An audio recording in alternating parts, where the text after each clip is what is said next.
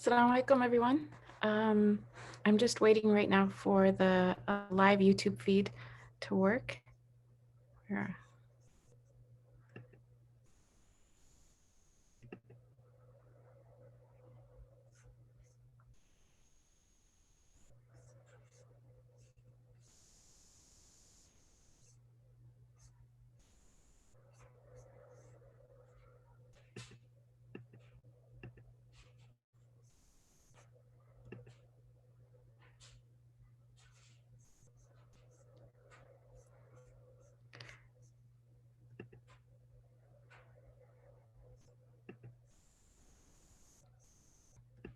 On my computer, it's not showing that the YouTube stream is working. Can someone just check quickly and let me know if the YouTube stream is working? It is working. Okay, wonderful.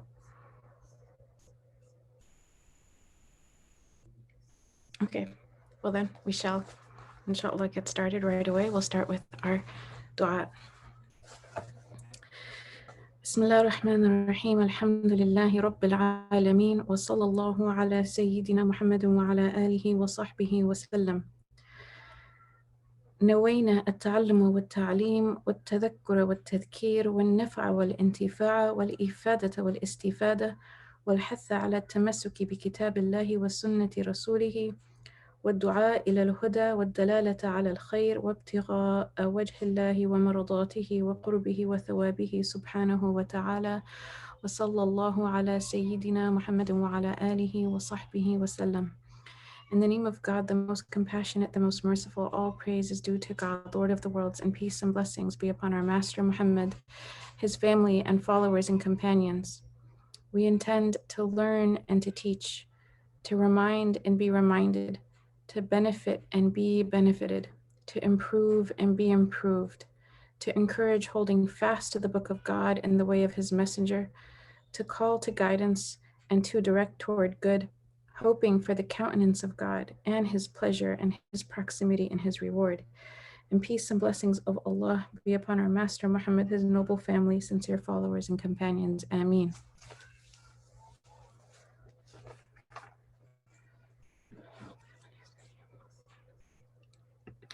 So it's very, very nice to be back here with all of you. And alhamdulillah, we have a lot of our regulars in the house tonight. So welcome back.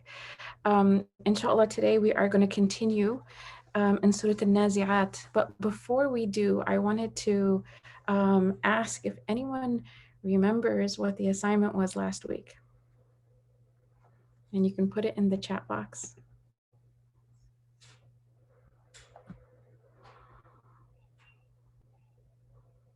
It was an easy one. It wasn't hard, alhamdulillah.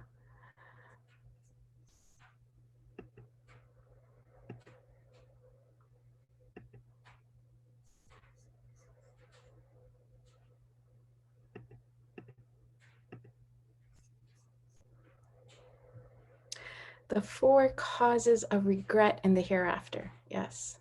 So, it's whenever we are facing something difficult, one of the ways to kind of like reframe the paradigm of what we're facing is, okay, how is this going to play out on the day of judgment, right? What's important, what's not important, what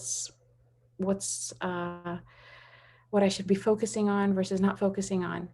And we talked about 4 things that can cause regret on the day of judgment. So in any situation, we can look at those things. Can anyone remember what those 4 things were? And you don't have to remember all 4. You can, if you remember even one, just type one of them in. Okay, so there's the nafs, right? The lower self or the ego, and that which it calls us to usually is very bad things. The material world, yes. Following bad advice from a friend or bad companionship, yes. And shaitan, of course, following the whispers of shaitan. So these are the 4 things to be aware of. And it's actually said that the lower self, the nafs, is 1,000 times more dangerous for us than the shaitan. Like the shaitan says something once, but when it's like really a struggle, like you can't just say "A'udhu billahi minash shaitanir rajeem" and it goes away, and it's just like, recurring and recurring and recurring. That is something that the nafs heard from shaitan and accepted, and that's why the nafs repeats it so much. So thank you, Hanan, for sharing that. Again, shaitan, worldly attachment, and bad company, and bad company and the lower self. Okay. Rancor. Thank you, Sophia. Rancor. Okay, rancor is like something that is in the heart, a negative, almost like a hatred in the heart of a Muslim towards another Muslim that would cause a person to have regret actually on the day of judgment, especially if it's unfounded, unfair. An oppressed person can be upset about oppression. So that's not the same as rancor. Rancor is more like a division that's in the heart that really has a lot more to do with the ego than it has to do with actual oppression. It has to do more with like, I didn't like the way she looked at me, again, it's the ego wrapped up in itself, rather than having a higher station, which would actually love their Muslim and especially human beings, God's creation, for his sake. We also said this week we were actually going to start with the ishara, or sort of like the metaphysical lessons that Ibn Ajiba shared from the first verses. So what I noticed actually when in preparing it this way this time is a lot of times the way that we present the surah or the tafsir of the surah is we go through the verses, then we end with sort of like the lesson, the spiritual lessons. Something that I found in doing it this way, where we actually go through the tafsir and then leave the spiritual lesson from that week for the next week, is it helps to connect the meanings and the lessons of the different bodies of verses that we're going through to the body of verses that we're going through next, especially within the same surah.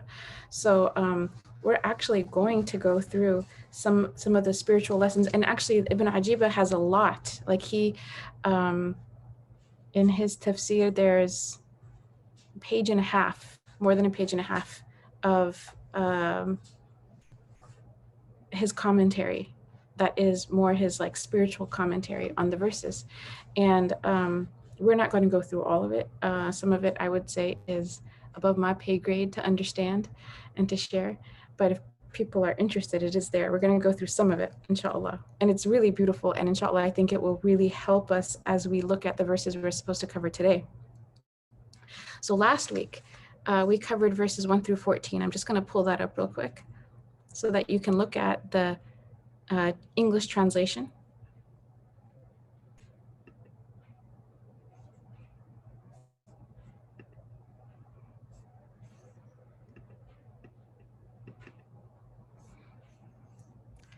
All right, so no, that's not what we're doing. This is part 2. Okay, just a second. Here we go. Okay. So the commentary that Ibn Ajiba shares really has much to do with actually just the first 5 verses of the first 14 that we covered. And this is his spiritual commentary. These are spiritual lessons. So the verses mean what they mean, and we covered the tafsir last week, but then he also takes another look at the verses as it relates to the journey of the soul, of the Muslim and the believing soul. And so here he starts with saying that وَالنَّازِعَاتِ غَرْقًا, by those who rest violently, right? And that's like rest as in wrestle violently.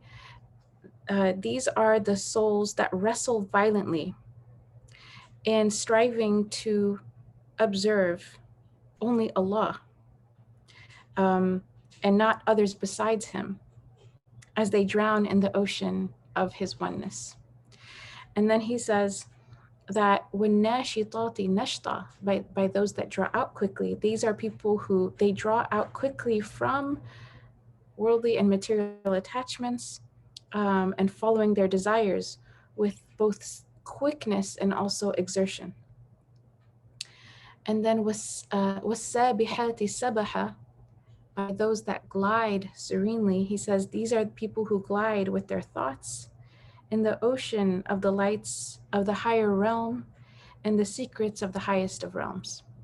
Right? These are people who once their soul has spiritually been cleansed and ascended, and it's with God. Now their thoughts glide, and their thoughts essentially are enlightened thoughts, as they exist in higher and higher realms.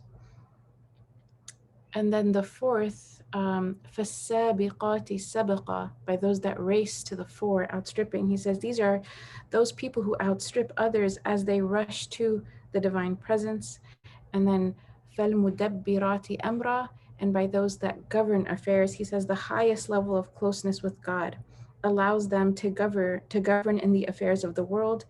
And he calls this مقام القطبانية. So essentially there's this recognition that in the world, right, amongst the believers and amongst all of creation, we exist in different levels of our closeness and proximity with God. Now, God is close to all of us, right? But we ourselves are not necessarily always close to God. He is closer to us than our jugular vein, every single human being, and the believers, right? But we are sometimes far from Him. Now, this is a category, and people differ, right? Even within our own lives, we differ. In our own day, we differ. Sometimes we are closer to God and His remembrance. Sometimes we're further away from that. And amongst His creation, there is something of a spiritual hierarchy. And no one really knows, right? Other than Allah subhanahu wa ta'ala Himself, who is where amongst all of His creation. But there's this idea that someone who's alive today is closer to God than everyone else, right? And that's just logical. That's not before we even get into the verses and the ayat and the hadith. That's just from just a place of logic. Rank exists, right? That there are people who that's what they have done, and I don't even want to say the word done, because it's, and on some level it's also what Allah subhanahu wa ta'ala has created for them to be. And so there have always been people who are closer to God. There's people who are guided, and then there are people who are more guided, and then there are people who are even more guided than them. There are people who are knowledgeable, people who are more knowledgeable, people are more knowledgeable than them, people are practicing and more practicing. And so there's this idea that when people ascend through different levels of closeness and proximity with God, and it's, obviously this is a gift from Him to them. They're striving, but He is also bringing them close to Him.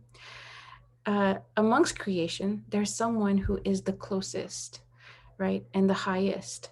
We don't know who that person is. We don't, and it is someone whom Allah subhanahu wa ta'ala, in that time or in that moment, he has chosen to draw them the closest to Him.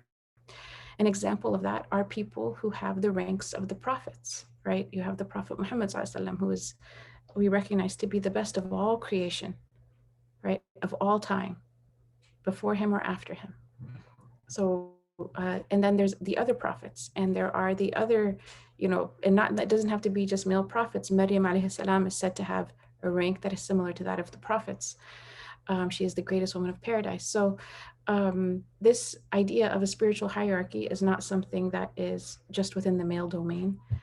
Some scholars have talked about it and said that that there were different eras where some of the spiritual sages of their time actually believed that the person who was better than all of them was actually a female scholar, or a female sage or spiritual guide of their time. And so it's not something that is male centric by any means. It isn't wealth. It doesn't, a poor person or a rich person, a dark person or a light person, right? That there's no difference between any of our creation. All of us are equal as like the teeth of a comb when it comes to our, how God has created us. But, and no one is better than someone else. But the Prophet ﷺ said, except in taqwa. Like some people will be better than others according to their close-knit, like their consciousness of God. Some people will have more of it. Some people will have it with more depth. And there's this idea that some people will be from the highest levels of that. And that's it. These are special people. And subhanAllah, they exist. The evidence of that is that we believe in prophets. We believe in the great women of paradise, the greatest women of paradise. We believe in those who have inherited from the prophets, who are both male and female.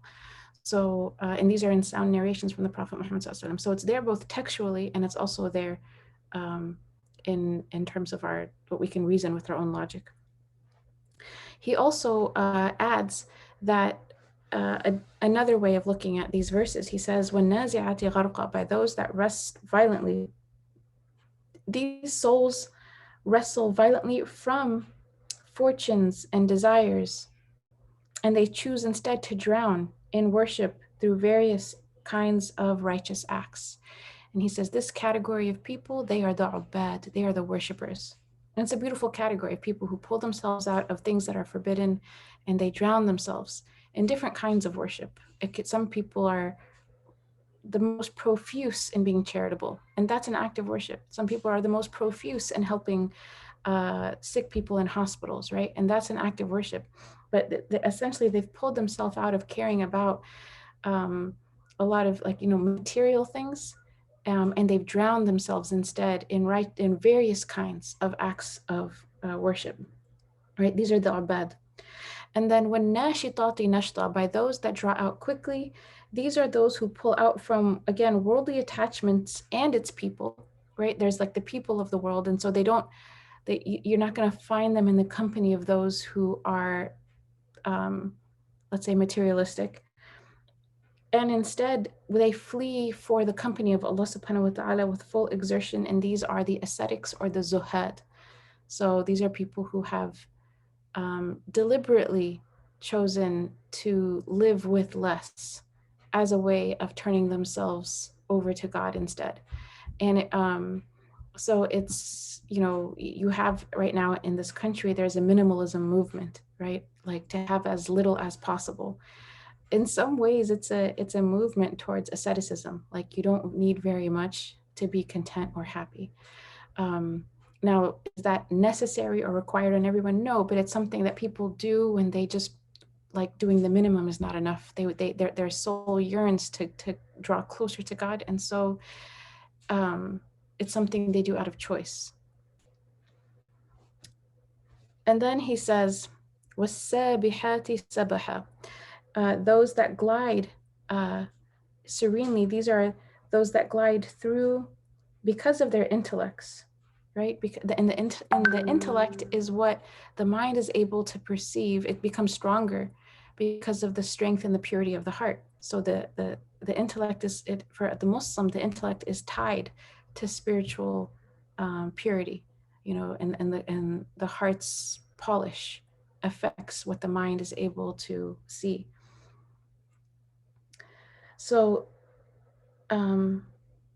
he says that these are those that glide through their intellects to the secrets of knowledge, and they extract from the Qur'an and the Sunnah pearls and gemstones, and the benefit flows from them until the day of judgment. And he says these are the ulama, and he has a word for them. He calls them al-ulama al-juhabida. And I don't actually know what the word juhabida is in Arabic. I tried to look it up, but I couldn't understand it. And so, inshallah, maybe next week I'll be able to find a good translation for that. But essentially, they are the true scholars, right? Not just scholars who memorize information, but people who really brought out, studied the sacred texts, and they brought out what was going to be beneficial for mankind. And it would last until the day of judgment. The benefit from that would last until the day of judgment. Someone, subhanAllah, I'm reading this and I'm thinking wow, Ibn Ajiba was from this, at least he was, we can say he's from this category because he's someone whose tafsir we read today, hundreds of years after he's passed away. And subhanAllah, it affects us, it benefits us. It's, and it's something that we get to enjoy the gems and the pearls. Not only him, but the other scholars of tafsir as well. and the great scholars who have lasted, something that I always find so interesting, by the way, this is like a slight tangent, is when we were in Egypt, we did at AUC, one of the classes was about the historical Muslim libraries that existed all over the Muslim world at different times, and how so many of them, because of different political traumas and strife that had occurred, how many of those libraries were destroyed in wars, in natural disasters, whatnot, to the extent that rivers would run black because they were full of the ink of the books that had been thrown into those rivers. And so what we have in the Islamic library, what has been preserved to us, is just a fraction of what existed in our history, right? Because what we have is obviously not from the things that burned down or were destroyed or were thrown into rivers. And then what we have accessible from those libraries, what's left from that, exists in different libraries around the Muslim world today, but the majority of it, the vast majority of it, I would say 97.5%, and this is a rough estimate, at least from our class, they said about, or you can say more like, around that 98%, is still in manuscript form, which means either no one has read it, right? It's still in these, or people have read it in manuscript form and put it back, but it hasn't come out into a published form, right?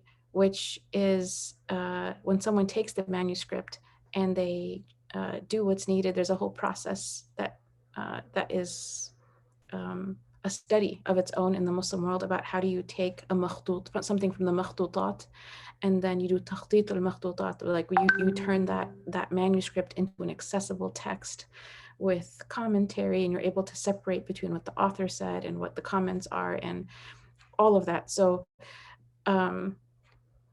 we only have today access, outside of what's in manuscript form, we only have access to 2% of the global Islamic library.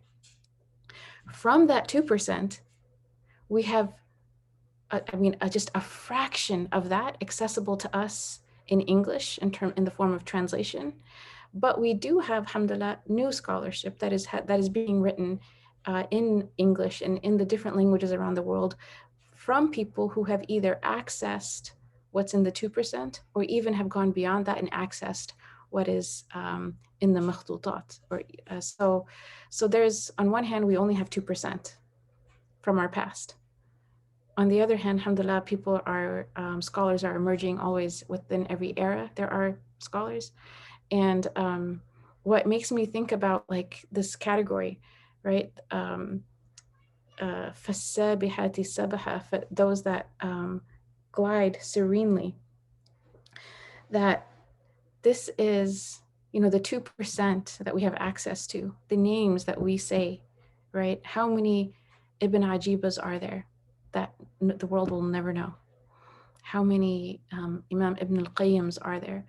How many Imam Shafi'is, Imam Abu Hanifa, right? That we obviously had a great history of scholarship, but very few remained in terms of what we have access to today to enjoy and to benefit from truly, and that people will study, inshallah, and benefit from until the Day of Judgment. Imam Nawawi, right? And I think something also that's interesting that existed in the past is that the scholarship of some of these scholars was so great, they were actually they had the title Shaykh al-Islam, right?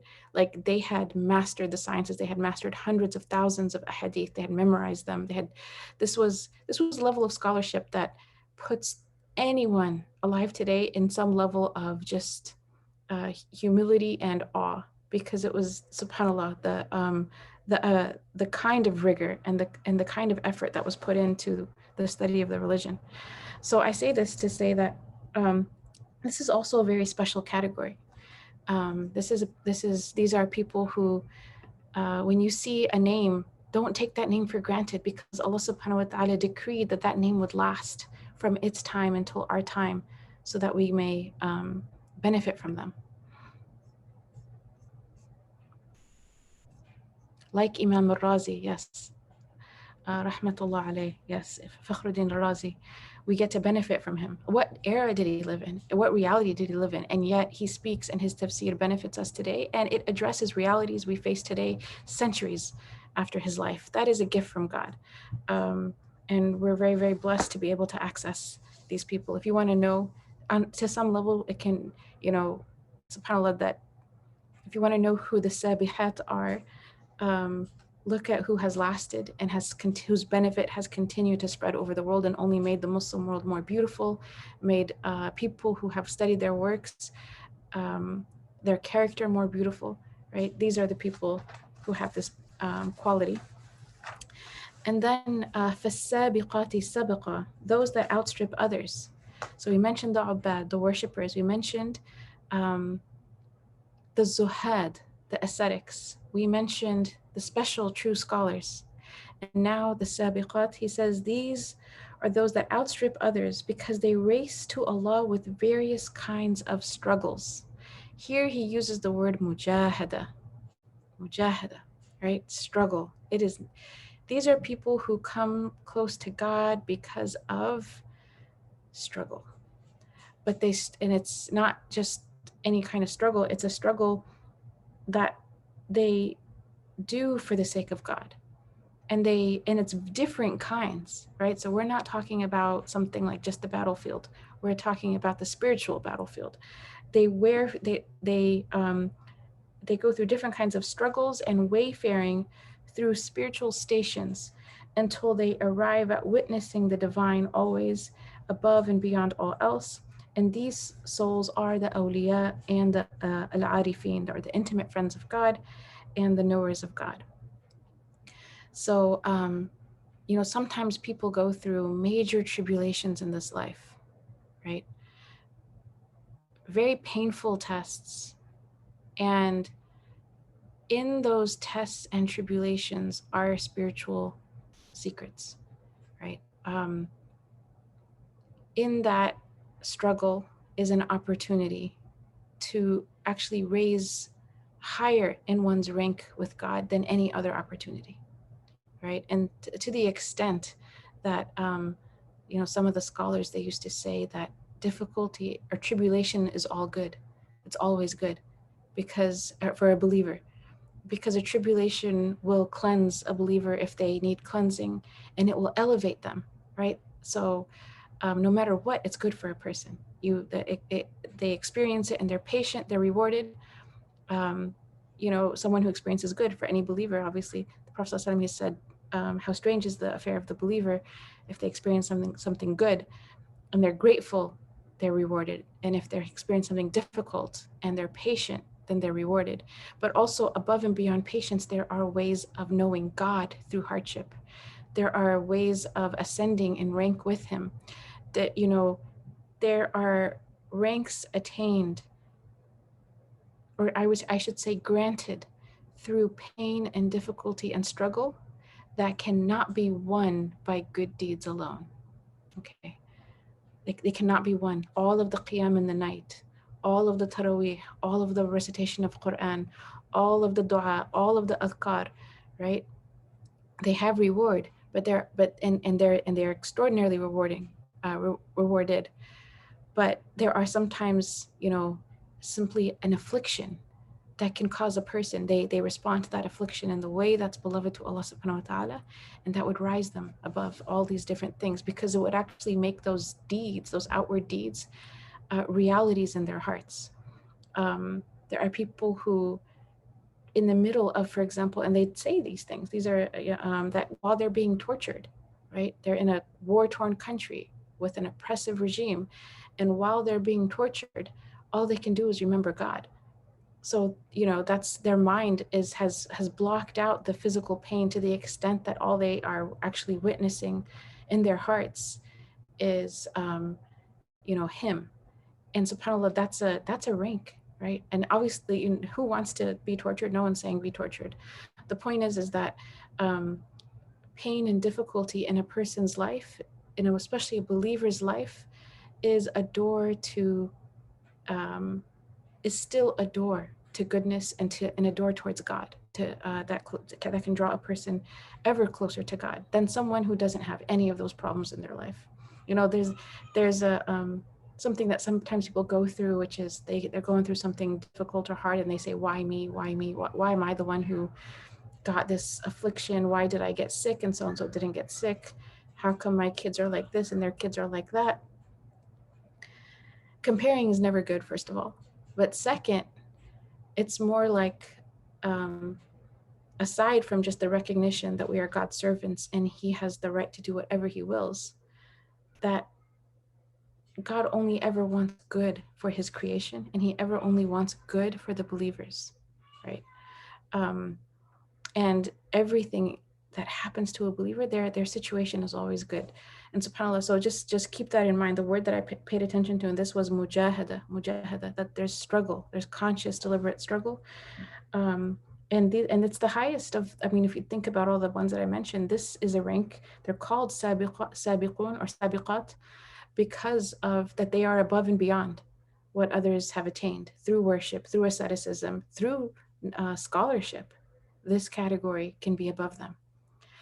And the final one, فَالْمُدَبِّرَاتِ أَمْرًا, and by those that govern affairs. Again, here, this is the highest level of human beings. As an example, the prophets, right? We know that when people are of a higher rank with God, as an example, he is at war with whoever shows enmity towards them, right?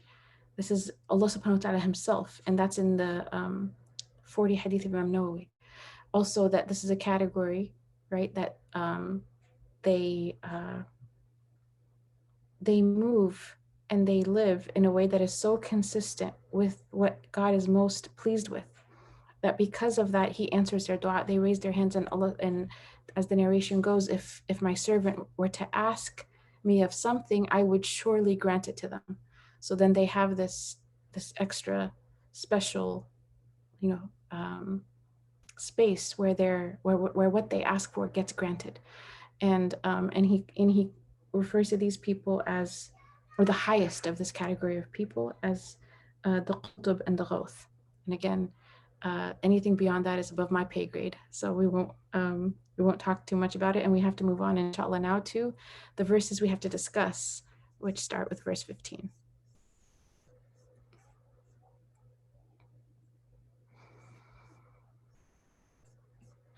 Let me pull up a different one now.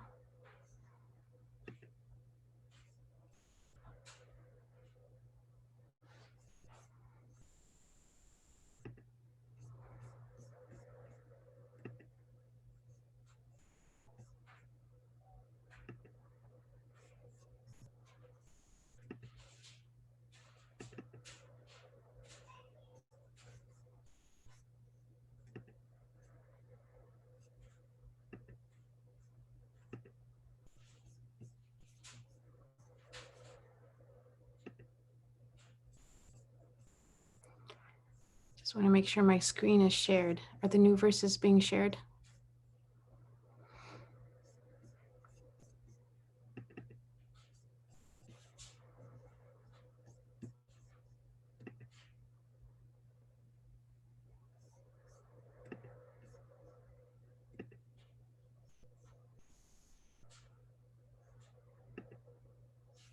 All right, sorry about that. It's not, I'm having a little bit again.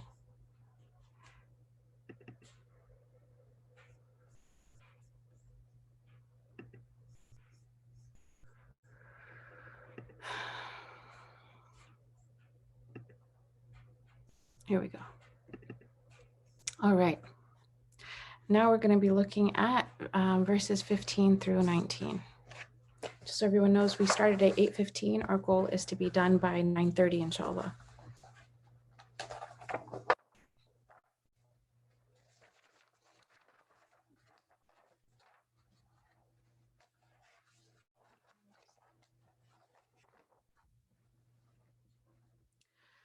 Bismillah ar-Rahman ar-Rahim. هل أتاك حديث موسى إذ ناداه ربه بالواد المقدس طوى اذهب إلى فرعون إنه طغى فقل هل لك إلى أن تزكى وأهديك إلى ربك فتخشى.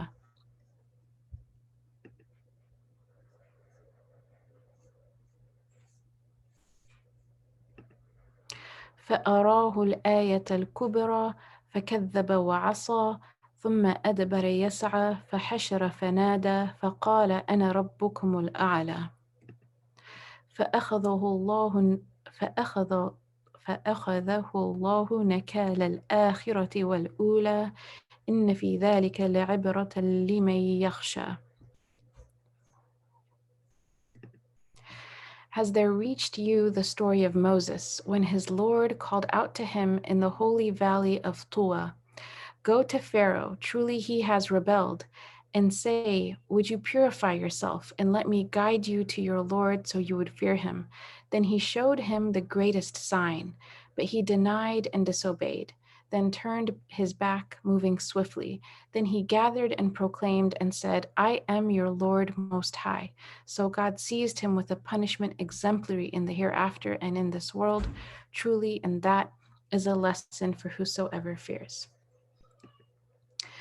So we'll start, inshallah, with the first verse, the 15th verse. هل أتاك حديث موسى? Has there reached you the story of Moses?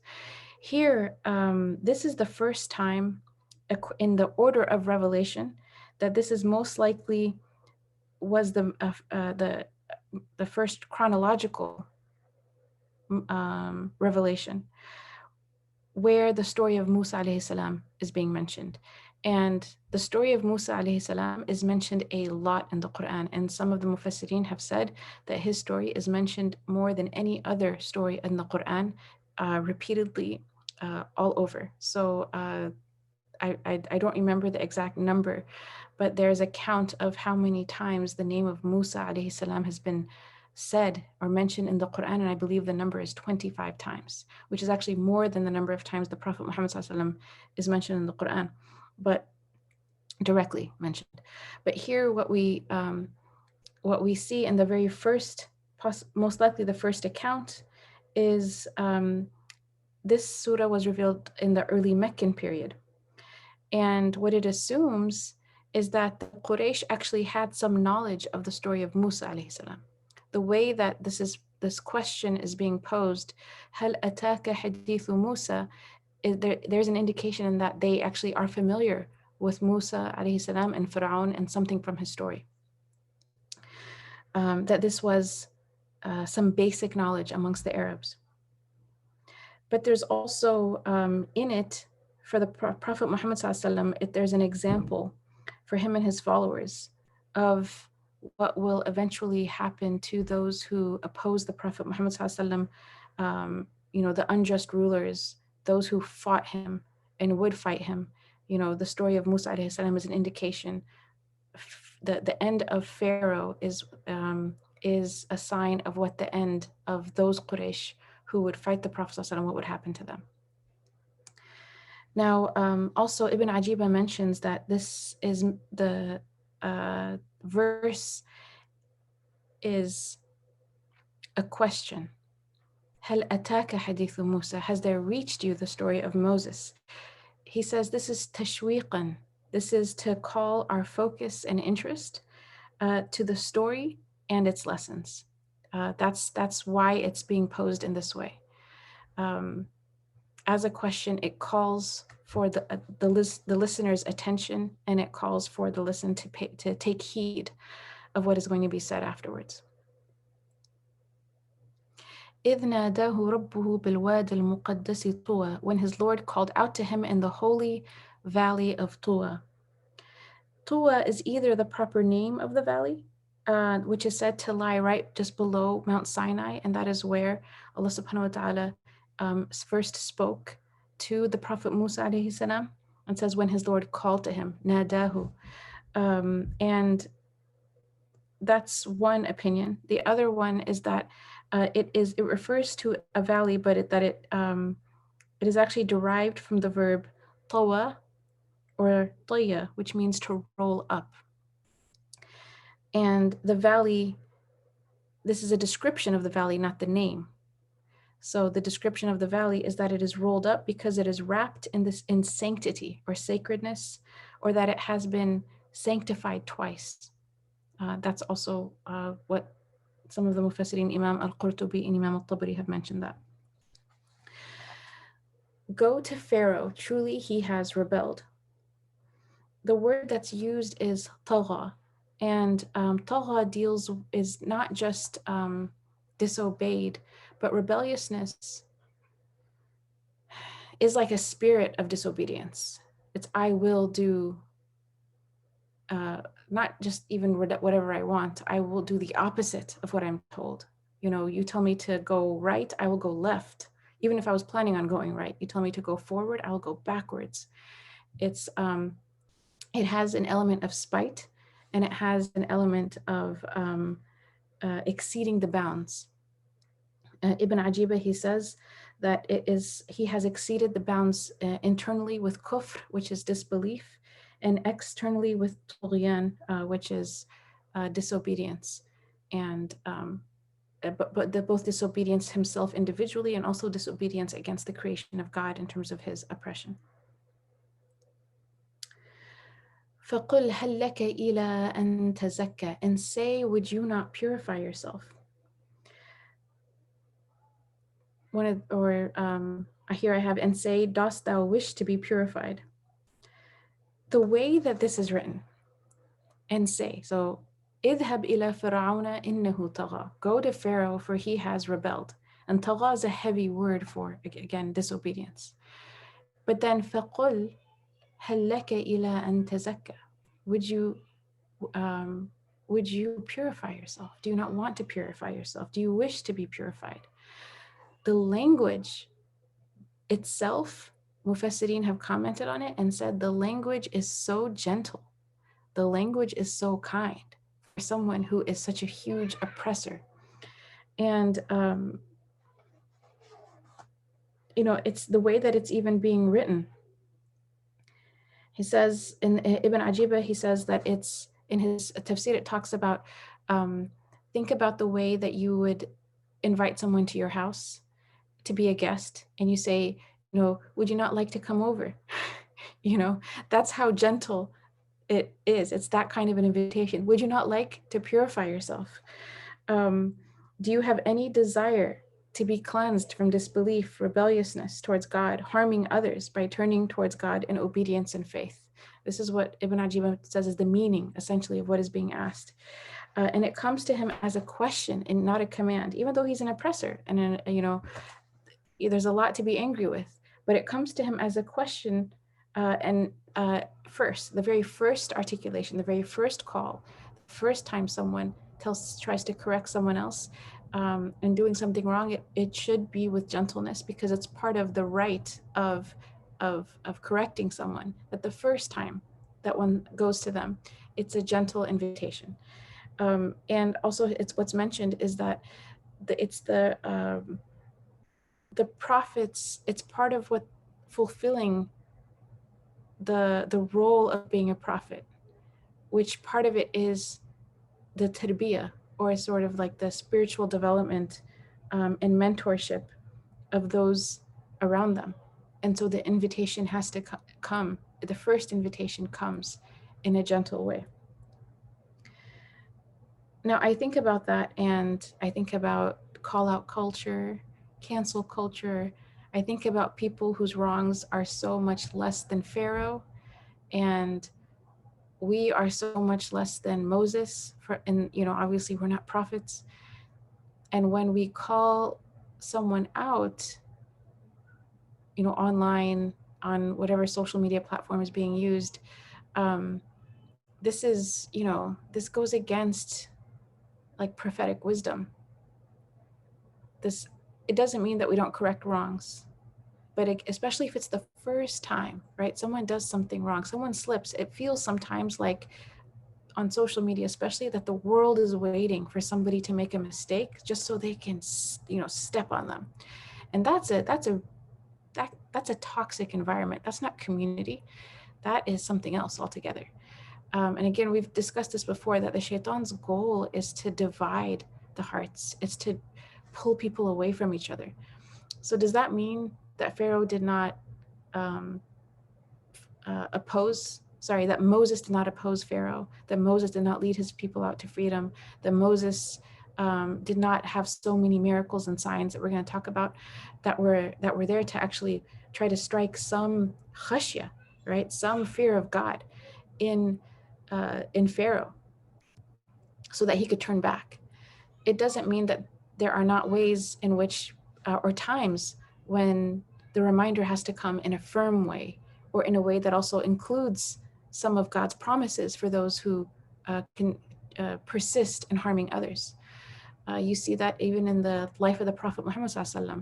He calls the first, how many years of his life is calling people to believe and inviting them. And there's no compulsion in that. That's just part of his call. But they chose to oppose him and physically fight him and physically be violent with him.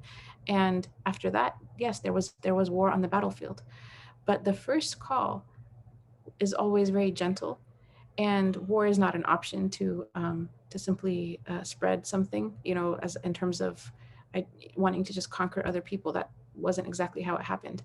It actually came as a form of protecting the rights of people. And but still, I don't want to go on a tangent on that, but the point being that when we are, especially in a situation of trying to right a wrong the first time, like if Moses had to be gentle in his speech with Pharaoh, then on the first time, then I think we can also try to be gentle in our speech with people who are much less in their wrongs than Pharaoh was.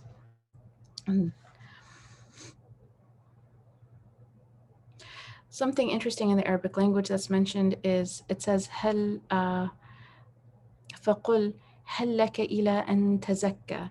And in the Arabic language, the word would actually be تتزكى, but here the word is clearly tazakka. So there's some of the tafsir mentions that the reason why there's only one ta is because the first ta was removed out of the difficulty of pronouncing it, and others said that there was idgham, like the two tas were put together and then it was removed again, so that it can be easier to say it. This is all technical language in terms of the Arabic language, in morphology. وَأَهْدِيَكَ إِلَى رَبِّكَ فَتَخْشَى, and let me guide you to your Lord so you would fear him. Here the word that's used is the focal point, I think, for our tafsir tonight, for these verses. So the full sentence is هل لك إلى أن تزكى وأهديك إلى ربك فتخشى. Would you not like to purify yourself and let me guide you to your Lord so that you would fear him? And the word khashya in the Arabic language is an important word. And we've talked about how khashya is different than khasha'a many times. But I will ask if anyone remembers, what is the difference between khashya of Allah and khasha'a, right? With a ayn. One ends with a ya and one ends with a ayn. Here it's not the ayn. Here the ya is used. And you can think about the meaning of the verses and what is being said, and it will help give you some clarity. Khasha'a is like the khushu' in prayer, and khashaya, right, is something that Musa alayhi salam is telling Fir'aun, this is part of what would, if he would just, accept guidance, this is what would allow him to be guided. So it's usually both words are translated as fear of God or awe of God, but they have different shades of meaning.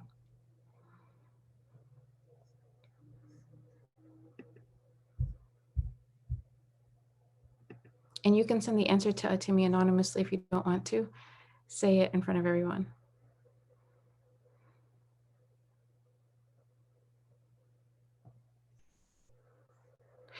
Yes, one is to be humbled before Allah Thank you, my anonymous answer.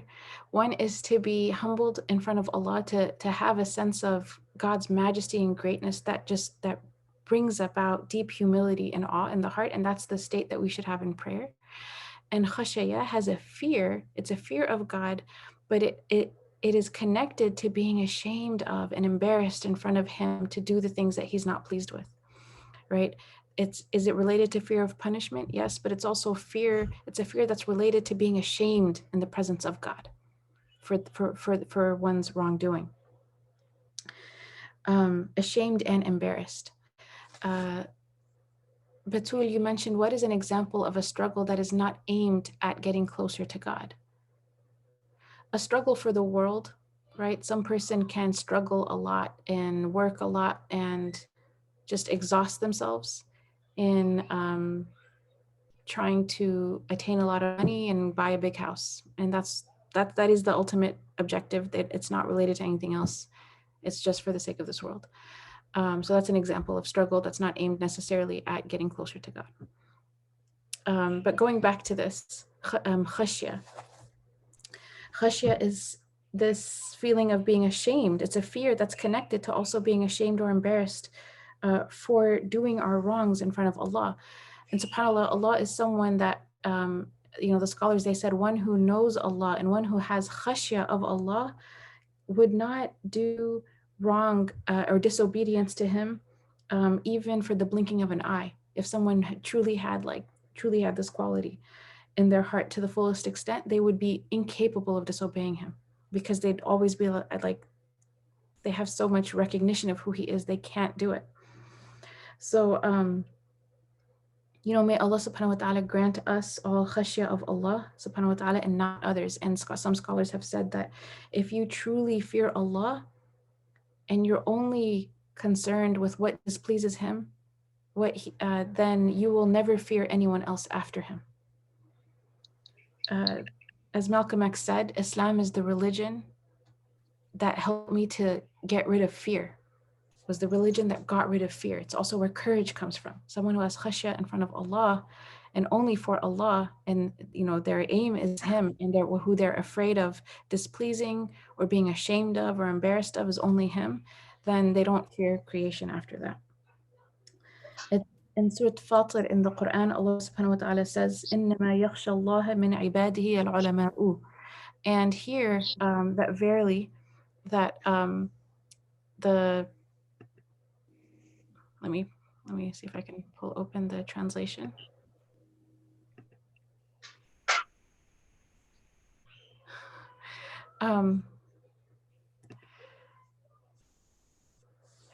Basically, that truly the true scholars are the ones who truly have fear of God. But it's translated as scholars, it's not scholars, it's knowers. And Ibn Ajiba, he says here, it doesn't mean like a scholar in the sense of scholarship that we think of.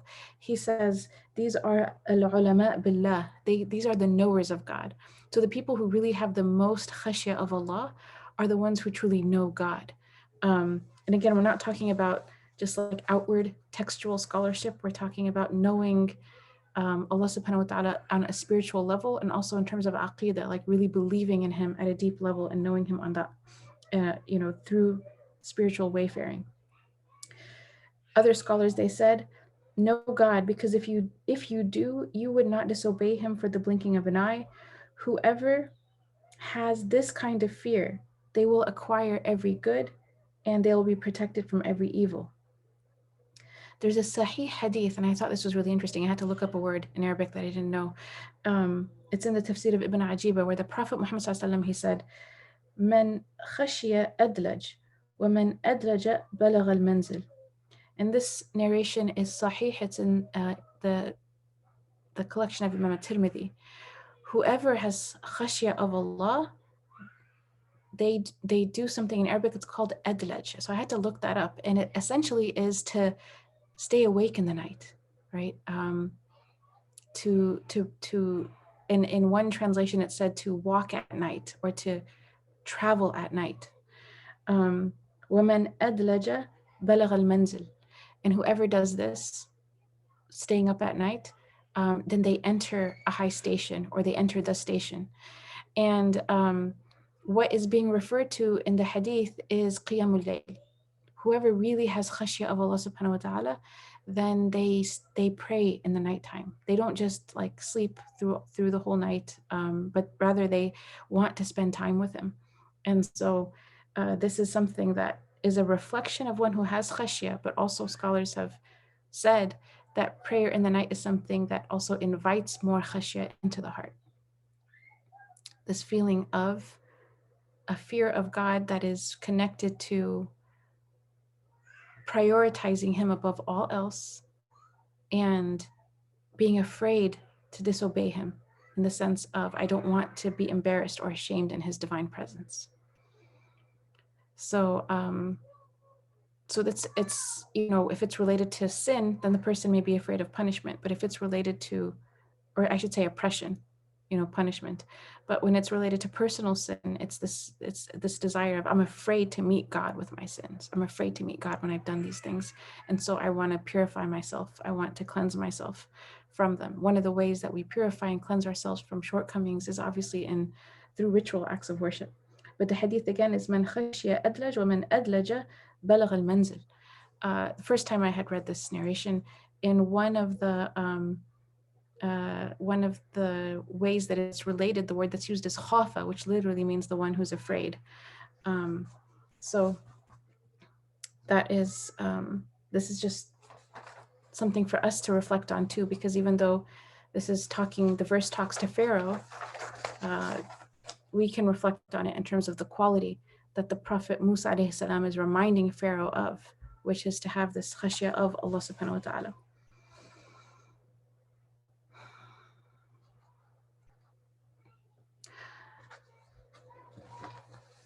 In Surah Taha, Allah tells Musa alayhi salam, فَقُولَا لَهُ قَوْلًا لَيِّنًا, and speak to him with a gentle speech.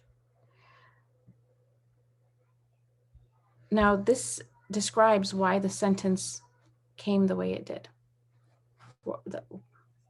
The entirety of the sentence. I'll go back again. هل لك إلى أن تزكى وأهديك إلى ربك فتخشى. And say, would you not purify yourself, or would you not like to purify yourself? And let me guide you to your Lord so you would fear Him. This language is considered to be layyin, soft and gentle, as like an invitation. Just as the Prophet Muhammad ﷺ invited the Quraysh to believe and and he did so in a gentle way. He did so in a peaceful way. This is how Musa alayhi salam came to Pharaoh as well. And there's a common Quranic understanding that no people are punished until the truth has been conveyed to them in a good way. In Surah Al-Qasas, Allah subhanahu wa ta'ala mentions, and thy Lord never destroys towns until He sends a messenger to their mother city to recite unto them our signs. That's in Surah Al-Qasas. In Surah Ash-Shu'ara, Allah subhanahu wa ta'ala says in verse 208, and never did we destroy a town save that it had warners. So people had to know first, and they had to know well, and they had to know in a good way, and they had to have had that the generous opportunity to turn away from the disobedience, the oppression, the transgressions that they were involved in. And it had to come to them in a beautiful way, right? The prophets, they came, and the warners, they came and spoke to their people in good ways. And it was only out of their choosing to fight the truth in which caused the punishment to come upon them. One of the things that this helps us to really reflect on is knowledge has a right. When we learn about the rights and wrongs, so someone who doesn't know something is wrong and they do it, they have a little bit of an excuse. But someone who knows very well what they're doing is wrong, and clearly, and that they have an opportunity to leave that and to do what's right? That's a person that they may do the same act as someone else, but because they do it with the full knowledge and ability to not do it, then they become accountable in a way that other person is not accountable. as many scholars have talked about, they said that the path of knowledge will either be something that testifies for us or against us, right? We want it to testify for us because part of learning and studying is wanting to practice what we learn, seeking to sincerely, genuinely try to apply it to ourselves, to our family lives, to our interpersonal dealings, that it's not just a sort of like a academic exercise of how much information can be memorized, but how much of this knowledge can we live? Can we, as the entire um, story starts with this idea that هل أتاك حديث موسى. There's like this story that's coming to us. The story of Moses has reached us so that we can reflect on its lessons and really benefit from it. How do we benefit? Well, we benefit when it causes us to live differently and to be different. When we turn away from the things that are wrong or displeasing to God, and we turn towards things that are more pleasing to Him. That knowledge is beneficial. Knowledge which makes us humble with our Creator and humble with God's creation will be beneficial. And it's said that like a single sentence which a person may read and it brings about that benefit is more beneficial in terms of knowledge than an entire degree that a person may have, and it causes them to become arrogant. And so may Allah subhanahu wa ta'ala protect us from knowledge which would testify against us. May Allah subhanahu wa ta'ala help us to be of those that the knowledge would count for us and it would purify us in the same way that Musa alayhi salam is telling Pharaoh to take the guidance, right? So that you may be purified and you would fear your Lord. May that be our response also to learning, that it allows us to purify ourselves and to turn towards the guidance and to turn towards Allah subhanahu wa ta'ala, and for that to deepen the khashya in our own hearts.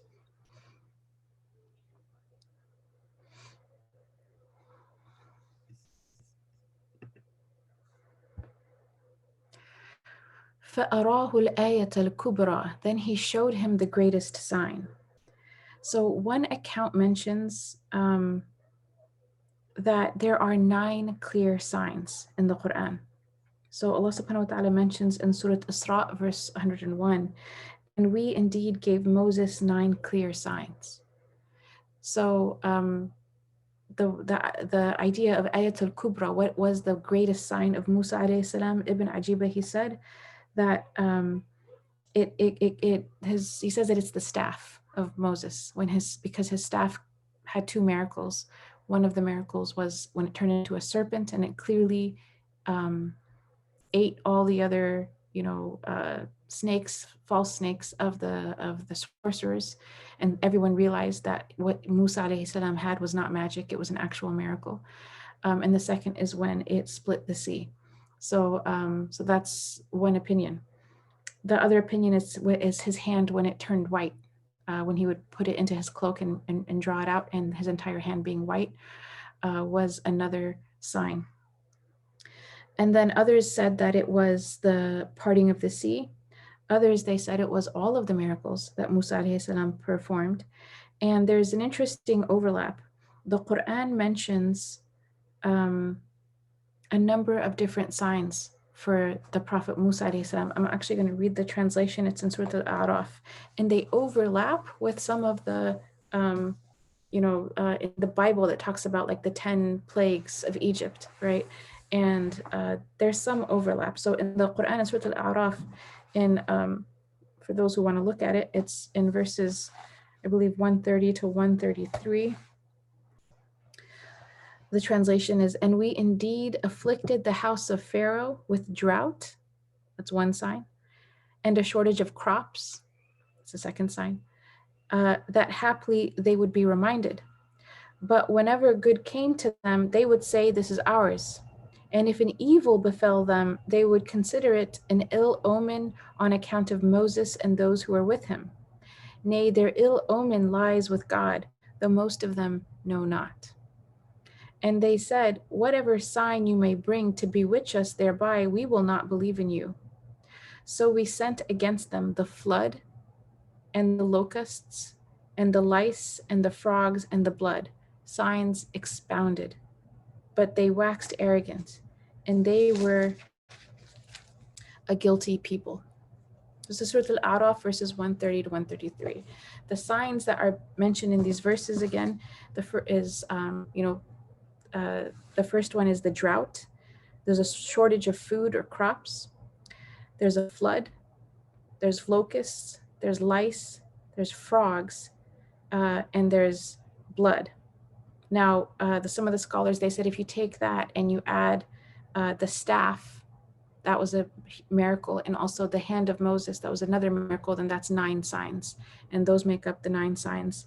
And again, one of the opinions of that the word فَأَرَاهُ الْآيَةَ الْكُبْرَى, the greatest sign, some said it was all of them together. That's in one of the tafsirs.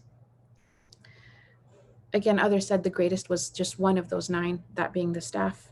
Now the Bible, I just want to compare this. The Bible talks about like the 10 plagues of Egypt, and theirs are the ones that are different, the ones that are not mentioned in the Qur'an.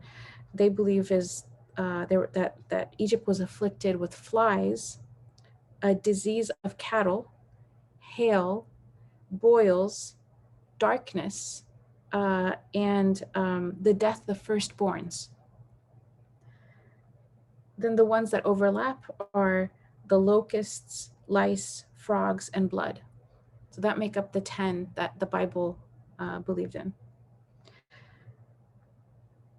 Needless to say, Pharaoh and his people saw the might and the majesty and the power of God in the miracles that were one after another in front of them. And it says, فَأَرَاهُ الْآيَةَ الْكُبْرَى فَكَذَّبَ وَعَصَى. But he denied and disobeyed. And كَذَّبَ is more than just like it's denial, but it's disbelief, but it's like they lied. They saw it and they decided, they chose to lie in themselves. Like the kadhab is considered a liar, right? It's someone who denies the truth. They see the truth and they're like, no, that's not true. And what's described actually in Surah Isra, where the 9 signs are mentioned, is that Pharaoh actually says to Moses, when he sees the signs, he says, truly, I think you, Moses, are bewitched. So how does he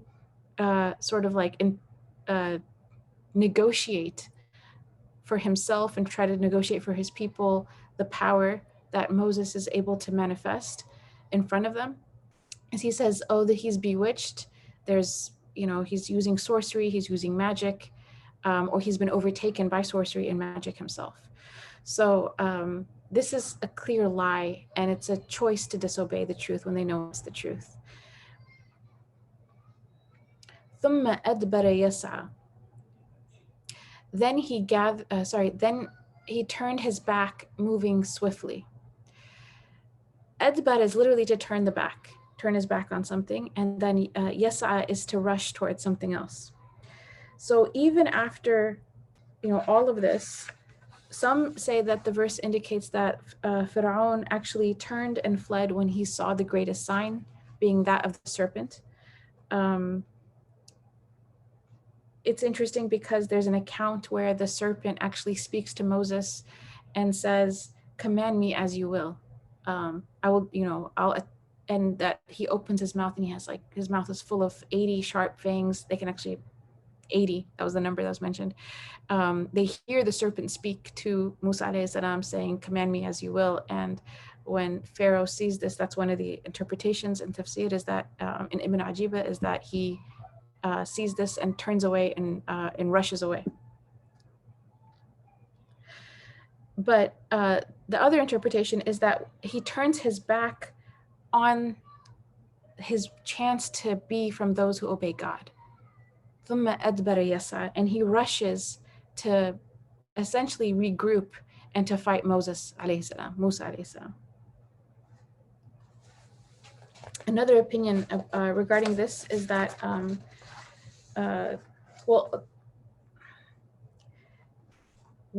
he turns his back upon realizing not just the truth of the message of Musa alayhi salam, but the power that Musa alayhi salam has. And so because the recognition of that power is something that then causes him to flee or to rush to devise a plan against him. And that's also mentioned in the tafsir of Imam al-Razi.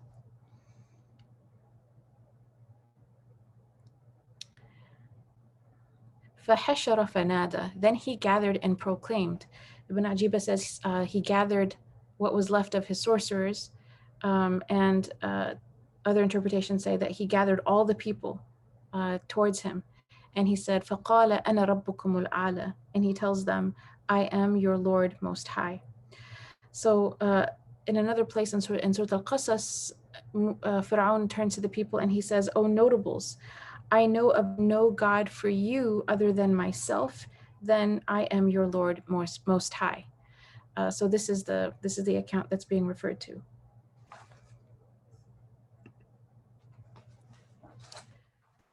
فَأَخَذَهُ اللَّهُ نَكَالَ الْآخِرَةِ وَالْأُولَى. So God seized him with a punishment exemplary in the hereafter and in this world. إِنَّ فِي ذَلِكَ لَعِبْرَةً لِمَن يَخْشَى. Truly, and that is a lesson for whosoever fears, whoever does fear.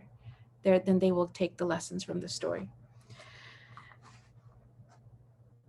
The word a punishment exemplary, right, is the word nakal, and it indicates there's weakness and inability in Pharaoh. So it evokes the sense that Allah subhanahu wa ta'ala rendered Fir'aun as completely incapacitated when he tried to oppose Musa alayhi salam. There's different interpretations about what the punishment is. So the first one is that because it says nakal al-akhirati wal-ula. So the first one is that it refers to the punishment in this life. Well, akhirah is mentioned first, so the punishment in the hereafter, and also in this world. And it's emphasized in this way because the punishment of the hereafter is so much worse. The nakal of the akhirah is so much worse and so much graver. And so that is why it's mentioned first. And then wal-ula, this world, is mentioned afterwards because it doesn't even compare to the punishment of the next life. The punishment of the next life is the punishment of hellfire. The punishment of this life was when he drowned with his army in the sea. Others, they read this a little bit differently in the Arabic language. So some see it as the punishment of the last and the first, referring to not this life and the next, or the next life and this, but actually referring to the sins. So God seized him with a punishment that was exemplary, or at the level of the sins, the types of sins that Musa committed at the end and at the beginning. And so the punishment of the last and the first, saying the first indicates the punishment for Fir'aun saying, I know of no God for you other than myself. Right? And the last is for him saying, I am your Lord Most High. And then others said the first is actually when he denied Musa alayhi salam, and the last is when he said, I am your Lord Most High. And again, al-akhirah is mentioned, the last is mentioned first because it's graver. So when he rejected Moses, that was problematic, but it wasn't even nearly as problematic as him getting up and proclaiming himself to be God in front of people. And so that's also one of the opinions in the tafsir of Imam al-Qurtubi and also Imam al-Tabari. Something that I like that's mentioned in tafsir, it's kind of a nice tangent, and we'll end inshallah very soon. I know we're past 9:30. We're almost at the end. Is there was a man who is a controversial person in Islamic history, or in the tradition, and his name is Al-Hallaj, and he was someone who used to say all sorts of things. And there's this thing about like when sometimes people are in a state, they don't say things that they mean. As an example of that, the person, right, we know the hadith of Allah is more pleased with a person's repentance than the man who goes into the desert and he has his mount with all of his belongings and he takes a nap and he loses his mount and he thinks he's going to die. So then he goes back to sleep after trying to find it because he's just out of despairing that he's not going to find it. And then he wakes up, and when he finds his mount staring him in the face with all of his belongings, and out of just pure joy and ecstasy, he says, "Oh Allah, I am your Lord and you are my slave." He wants to say, "Oh Allah, I am your slave and you are my Lord," out of just the joy of Allah returning his mount with all his belongings, but he says it wrong. And he says it wrong because he's in the state. So Al-Hallaj was someone in Islamic history who used to say all sorts of things that because he'd be in these states. And someone said about him that they saw him in a really beautiful state. And so they prayed to God, and because they saw it, they had a dream of Al-Hallaj after he had died, and it was in a beautiful situation.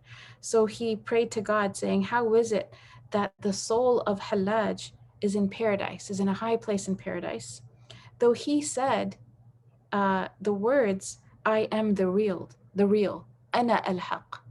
Like he said, Ana, and then he used one of the beautiful names of God, Al-Haq. So he said, how did someone like him, who said those words, end up in a high place in paradise?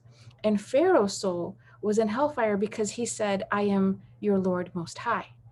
So in the dream, he gets the answer, and the answer is coming to him from God. And the answer is that Pharaoh saw only himself and forgot God, while Al-Hallaj saw only God and completely forgot about himself. Meaning he was, Al-Hallaj, when he said that, he had completely lost, had no sense of his own self. He could only witness God, and that's why those words came out of his mouth. Whereas Pharaoh, he could only see himself and no one else. He could not, and certainly not God. And for that reason, Pharaoh was in hellfire and Al-Hallaj goes to paradise. I mean, that's why their stations are so vastly different.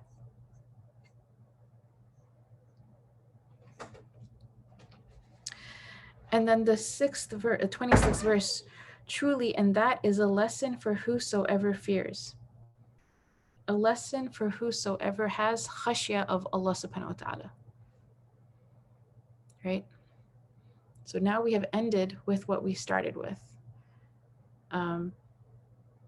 Here's a story. Hal ataka hadithu Musa. Have we not heard about the story of Moses? And now it's summarized in such short verses, right?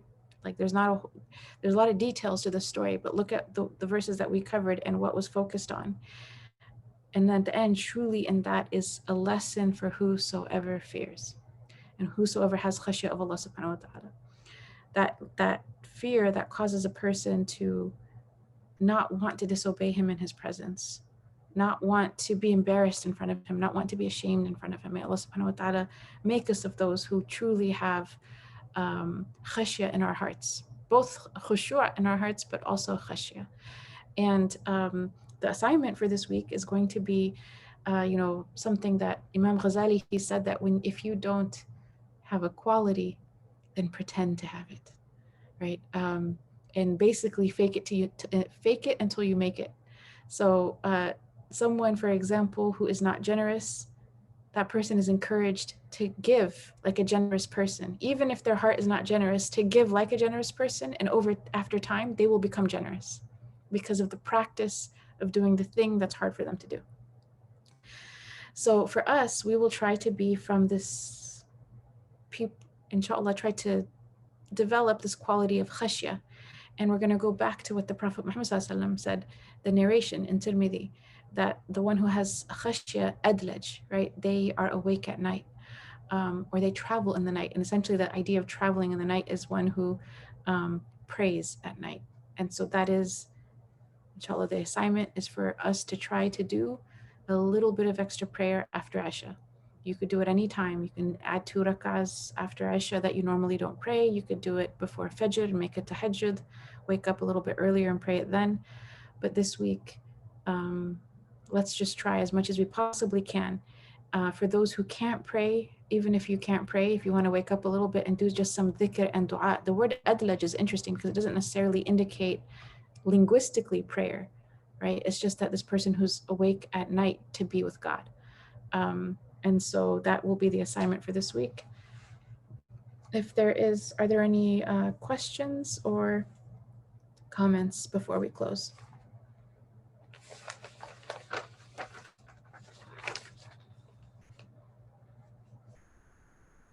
Okay, thank you guys for staying up so late. We will close together, inshallah, with our dua. Thank you guys for joining. I'm always humbled and honored that people would attend online. So thank you so much. بسم الله الرحمن الرحيم وصلى الله على سيدنا محمد وعلى آله وصحبه وسلم.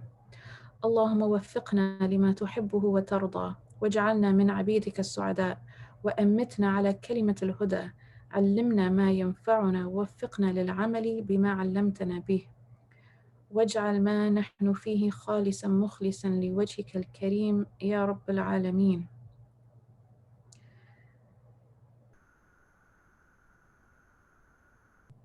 آمين يا رب العالمين. اللهم اجعل تجمعنا هذا تجمعا مرحوما وتفرقنا بعده تفرقا معصوما لا شقيا منا ولا محروما.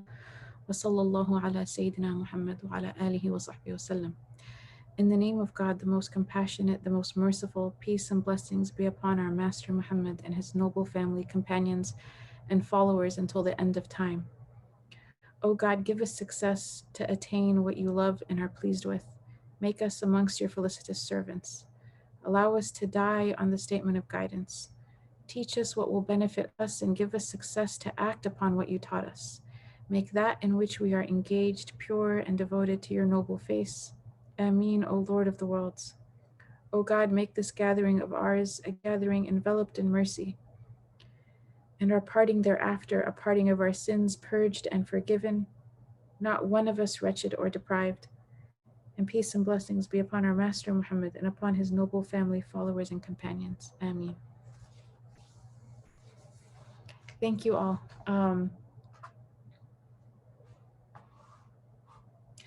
Just a quick answer for the question about is there any effective difference between Qiyamul Layl and Tahajjud besides sleeping for a bit?